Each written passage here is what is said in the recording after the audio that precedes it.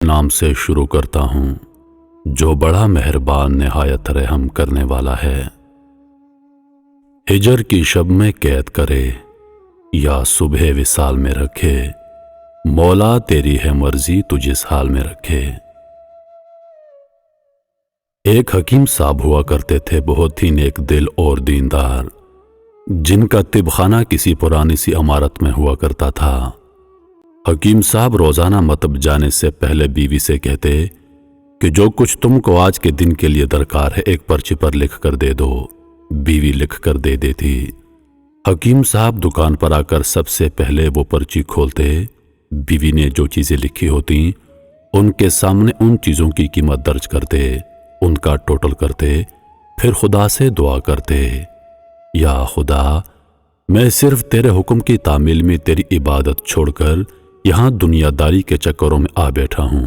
جو ہی تو میری آج کی مطلوبہ رقم کا بندوبست کر دے گا میں اسی وقت یہاں سے اٹھ جاؤں گا۔ اور پھر یہی ہوتا، کبھی صبح کے 9:30 بجے اور کبھی 10 بجے حکیم صاحب مریضوں سے فارغ ہو کر واپس اپنے گاؤں چلے جاتے۔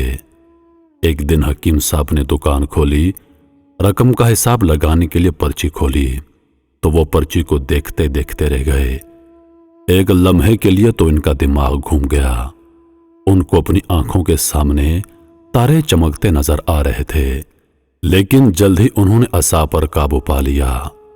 آٹے دال وغیرہ کے سامان کے بعد بیوی نے لکھا تھا بیٹی کے جہیز کا سامان۔ حکیم صاحب کچھ دیر سوچتے رہے، پھر سب چیزوں کی قیمت ان کے سامنے لکھنے کے بعد جہیز کے سامان کے سامنے لکھ دیا۔ یہ خدا کا کام ہے اور خدا جانے۔ ایک دو مریض آئے تھے، ان کو حکیم صاحب نے دوائی دے دی۔ اسی دوران ایک بڑی سی کار ان کے مطب کے سامنے آ کر رکی، لیکن کار کے آنے یا جو صاحب کار میں تھے ان کو حکیم صاحب نے کوئی توجہ نہ دی، کیونکہ کئی کاروں والے حضرات بھی حکیم صاحب کے پاس علاج معالجے کے لیے آیا کرتے تھے۔ جب وہ مریضوں والی دوائی لے کر چلے گئے تو وہ کار والے صاحب کار سے باہر نکلے اور حکیم صاحب کو سلام کر کے سامنے موجود بینچ پر بیٹھ گئے۔ حکیم صاحب نے کہا، اگر آپ نے کوئی دوائی لینی ہے تو یہاں سٹول پر آ جائیے تاکہ میں آپ کو چیک کر سکوں، اور اگر کسی اور مریض کی دوائی لے کر جانی ہے تو مریض کی کیفیت بیان کر دیں۔ وہ صاحب بولے، حکیم صاحب میرا خیال ہے آپ نے مجھے پہچانا نہیں، لیکن آپ پہچان بھی کیسے سکتے ہیں؟ میں 15-16 سال کے بعد آپ سے مل رہا ہوں۔ اپنی شناخت کے لیے میں آپ کو ہماری گزشتہ ملاقات کا حال سناتا ہوں۔ جب میں پہلی مرتبہ یہاں پر آیا تھا تو میں خود نہیں آیا تھا، بلکہ خدا نے مجھے آپ کے پاس بھیجا تھا، کیونکہ خدا کو مجھ پر رحم آ گیا تھا اور وہ میرا گھر آباد کرنا چاہتا تھا۔ ہوا کچھ یوں کہ میں اپنے آبائی گاؤں جا رہا تھا، عین آپ کی دکان کے سامنے ہماری گاڑی پنکچر ہو گئی۔ ڈرائیور کار کا پہیہ اتار کر پنکچر لگوانے گیا تھا۔ آپ نے دیکھا کہ میں گرمی میں کار کے پاس کھڑا ہوں۔ آپ میرے پاس آئے اور مطب کی طرف اشارہ کر کے کہا، اندر کرسی پر آ کر بیٹھ جائیے۔ اندھا کیا مانگتا، 2 آنکھیں۔ میں نے آپ کا شکریہ ادا کیا اور کرسی پر آ کر بیٹھ گیا۔ ڈرائیور نے کچھ زیادہ ہی دیر لگا دی۔ ایک چھوٹی سی بچی بھی یہاں آ کر میرے پاس کھڑی تھی اور بار بار کہہ رہی تھی مجھے بہت بھوک لگ رہی ہے، اور آپ اس سے کہہ رہے تھے بیٹی تھوڑا صبر کرو، ابھی چلتے ہیں۔ میں یہ سوچ کر کہ اتنی دیر سے آپ کے پاس بیٹھا ہوں، مجھے آپ سے کوئی دوائی خریدنی چاہیے تاکہ آپ میرے بیٹھنے کو زیادہ محسوس نہ کریں۔ میں نے کہا، حکیم صاحب میں انگلینڈ میں ہوتا ہوں، وہاں گئے مجھے 5-6 سال ہو چکے ہیں۔ جانے سے قبل میری شادی ہوئی تھی لیکن اولاد نہیں ہے۔ یہاں پر بہت علاج کروایا اور وہاں انگلینڈ میں بھی، لیکن اب صرف مایوسی ہے۔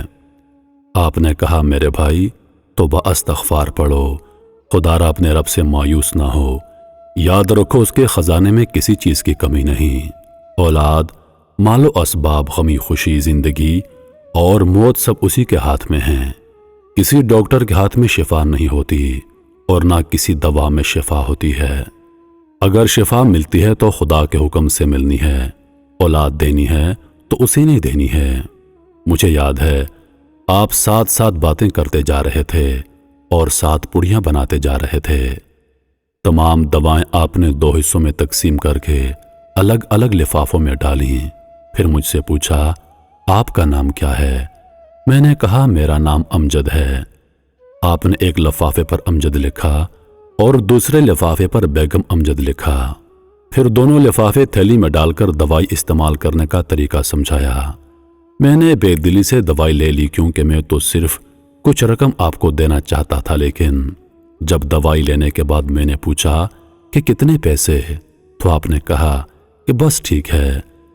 میں نے زیادہ زور ڈالا تو آپ نے کہا آج کا کھاتا بند ہو گیا۔ میں نے کہا مجھے آپ کی بات سمجھ نہیں آئی۔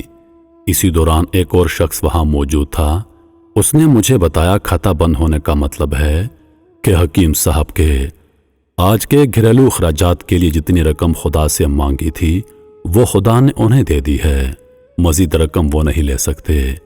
میں کچھ حیران ہوا اور دل میں شرمندہ ہوا کہ میرے کتنے گھٹیا خیالات تھے اور یہ سادہ سا حکیم کتنا عظیم انسان ہے۔ میں نے جب گھر جا کر اپنی بیگم کو دوائیں دکھائیں اور اسے ساری بات سمجھائی تو وہ کہنے لگی وہ کوئی انسان نہیں بلکہ ہمارے لیے تو فرشتہ ہے، اور مجھے یقین ہے کہ اس کی دی ہوئی دوائی ہمارے لیے فائدہ مند ثابت ہوگی۔ حکیم صاحب، آج میں 3 بچوں کا باپ ہوں۔ خدا نے آپ کو ہماری مدد کا وسیلہ بنایا۔ ہم ہمیشہ آپ کے لیے دعا کرتے ہیں۔ جب بھی میں پاکستان چھٹی پر آیا ہمیشہ آپ کے مطب آیا، لیکن ہمیشہ ہی آپ کی دکان کو بند پایا۔ میں کل دوپہر بھی آیا تھا لیکن آپ کا مطب بند تھا۔ ایک آدمی پاس کھڑا تھا۔ اس نے کہا اگر آپ نے حکیم صاحب سے ملنا ہے تو 9 بجے لازمی پہنچ جائیں، ورنہ ان سے ملنے کی کوئی گارنٹی نہیں۔ اس لیے آج میں سویرے سویرے آپ کے پاس آیا ہوں۔ جب 15 سال پہلے میں نے آپ کے مطب میں آپ کی چھوٹی بیٹی دیکھی تو میں نے بتایا تھا کہ اس کو دیکھ کر مجھے میری بھانجی یاد آ رہی ہے۔ میری بھانجی کی شادی اس ماہ کی 21 تاریخ کو ہونا تھی۔ اس کی شادی کا سارا خرچ میں نے اپنے ذمہ لیا تھا۔ میں نے اسے رقم بھجوائی تھی کہ وہ اپنی مرضی کی چیزیں خرید لے۔ اسے بخار تھا لیکن اس نے کسی کو نہ بتایا اور بخار کی دوائیاں کھاتی رہی اور گھومتی رہی۔ پھر ایک دن بازار میں بے ہوش ہو کر گر گئی۔ ہسپتال پہنچنے پر پتا چلا کہ اسے گردن توڑ بخار ہے۔ اسے 102 کا بخار تھا اور وہ بے ہوشی کی حالت میں دنیا سے رخصت ہو گئی۔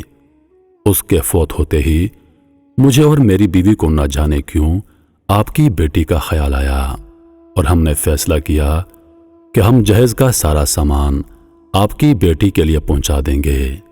اگر شادی جلد ہو گئی تو سارا انتظام خود کریں گے، اور اگر ابھی کچھ وقت ہوا تو نقد رقم پہنچا دیں گے۔ میری درخواست ہے آپ سب کے لیے مجھے انکار نہیں کریں گے۔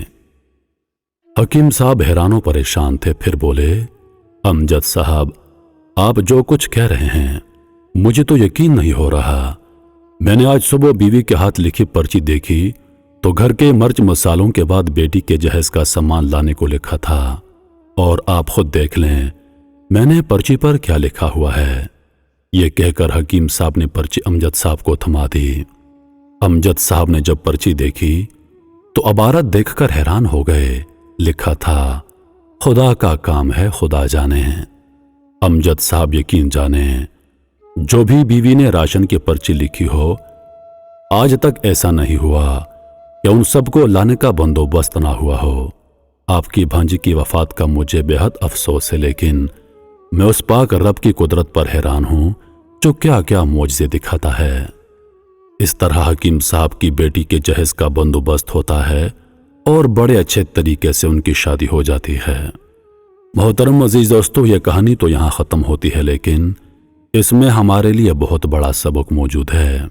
وہ یہ کہ اللہ پر بھروسہ کرنا چاہیے، اللہ سے کبھی نا امید نہیں ہونا چاہیے، کیونکہ اللہ فرماتا ہے کہ مایوسی گناہ ہے، تم مجھ پر یقین کر کے تو دیکھو، تم مجھ سے صدقے دل سے مانگ کر تو دیکھو، میں نے نہ دیا تب کہنا۔ عزیز دوستو، آج ہم دعا تو کرتے ہیں لیکن ہماری دعائیں ادھوری ہوتی ہیں، ہماری دعاؤں میں شک ہوتا ہے۔ ہم اللہ پاک سے مانگتے ضرور ہیں لیکن 100% یقین کے ساتھ نہیں۔ جس دن ہماری دعاؤں میں 100% یقین آ گیا، اس دن ہماری زبان سے نکلی ہوئی ہر دعا قبول ہوگی۔ اور عزیز دوستو، اللہ پر ہمیشہ بھروسہ رکھیں، اللہ پر یقین رکھیں، کیونکہ اللہ پاک کبھی اپنے بندے کو مایوس نہیں کرتا۔ بس کمی ہے تو صرف یقین کی۔ اپنے اندر یقین پیدا کریں۔ میں امید کرتا ہوں کہ ویڈیو آپ دوستوں کو پسند آئی ہوگی۔ مزید ایسی ویڈیوز دیکھنے کے لیے ہمارے چینل کو